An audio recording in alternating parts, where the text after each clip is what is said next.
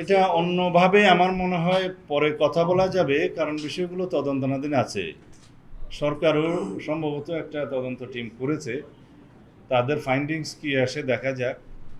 তবে আমার মনে হয় কিছু কিছু ঘটনা একই সূত্রে গাথা, যে দেশে একটা অস্থিরতা সৃষ্টি করার জন্য হয়তো বা এগুলো করে থাকতে পারে কোনো কোনো গোষ্ঠী। তার সাথে হয়তো পতিত ফেসিবাদের দোসররা এবং পতিত ফেসিবাদ জড়িত থাকতে পারে, তবে সেটা তদন্ত করার আগে বলা যাবে না। জুলাই ছাত্র গণ অভ্যুত্থানে এই পর্যন্ত আমাদের যে পরিসংখ্যান বেরিয়েছে 422 জন, আমরা ছবি সহকারে আমাদের নেতাকর্মীদের তালিকা প্রকাশ করেছি। এই সংখ্যা আরও বেশি হবে যারা জুলাই ছাত্র গণ অভ্যুত্থানে নিজেদের প্রাণ বিসর্জন করেছেন, শহীদ হয়েছেন। দীর্ঘ 16 বছরের ফেসিবাদ বিরোধী গণতান্ত্রিক আন্দোলনে বাংলাদেশ জাতীয়তাবাদী দলের যে ভূমিকা, যে সংগ্রাম, যে ত্যাগ করেছে, সেই রক্তের সিঁড়ি বেয়েই জুলাই গণ অভ্যুত্থান সংগঠিত হয়েছে। এখানে শুধু বিএনপি নয়, বাংলাদেশের ফেসিবাদ বিরোধী গণতান্ত্রিক রাজনৈতিক দলগুলোর অবিরাম সংগ্রাম, আত্মত্যাগ, রক্তদানের মধ্য দিয়েই কন্টিনিউয়াসলি সেই রক্তের সোপানগুলো তৈরি হয়েছে। শাপলা চত্বরের যে নৃশংস হত্যাকাণ্ড, সেটা পৃথিবীর ইতিহাসে বিরল। সেটা আমাদেরকে মনে রাখতে হবে যে কোনো একটি রাজনৈতিক দল নয়, সকল রাজনৈতিক দল যারা ফেসিবাদ বিরোধী গণতান্ত্রিক সংগ্রামে অবদান রেখেছে, অবিরাম সংগ্রাম করেছে, তাদের সকলের অবদানের প্রেক্ষিতেই সংগঠিত হয়েছে ছাত্র গণ অভ্যুত্থান।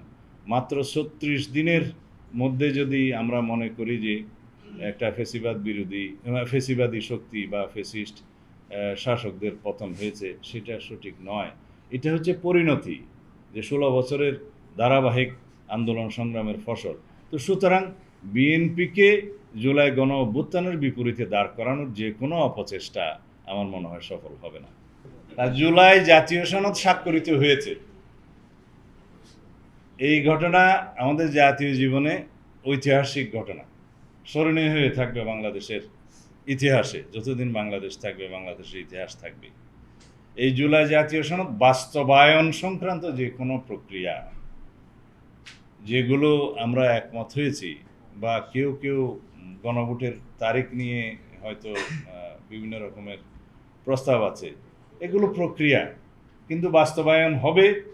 পরবর্তী জাতীয় সংসদ সেই প্রস্তাবগুলো গ্রহণ করতে যাতে বাধ্য থাকে, সেজন্য গণভোটের প্রস্তাব আমরা করেছি।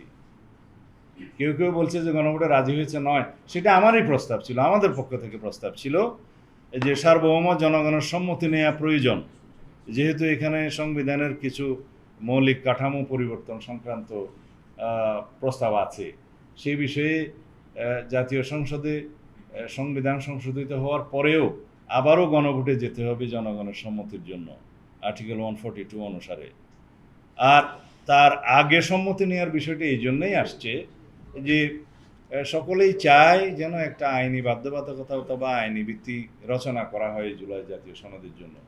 সেটা আমরা সবাই আলোচনা করে দেখেছি, তার জন্য আইনি ভিত্তি দেওয়ার প্রয়োজন আছে, এবং সেটা যদি সার্বভৌম জনগণের পক্ষ থেকে সম্মতি আসে, তাহলেই হবে সবচেয়ে শক্তিশালী আইনি ভিত্তি, এবং সেটা বাস্তবায়ন করতে পরবর্তী জাতীয় সংসদ এবং সংসদের সকল সংসদ সদস্য বাধ্য থাকবে জনসম্মতির কারণে, সেখান থেকে পিছিয়ে যেতে পারবে না। ব্যাপারটা এমন নয় যে শুধু সনদ অন্তর্ভুক্ত বিষয়গুলোই গ্রহণ করা হবে, সনদের বাইরেও জনগণের চাহিদা মোতাবেক, রাজনৈতিক অঙ্গীকার মোতাবেক আরও অনেক সংশোধনী গ্রহণ করতে পারবে।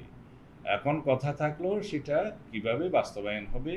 গণভোট অনুষ্ঠিত হবে, এবং সেই গণভোটের জন্য তার আগে একটি সরকার প্রজ্ঞাপনের মাধ্যমে সনদটাকে প্রকাশ করবে, গেজেটের মাধ্যমে প্রকাশ করবে।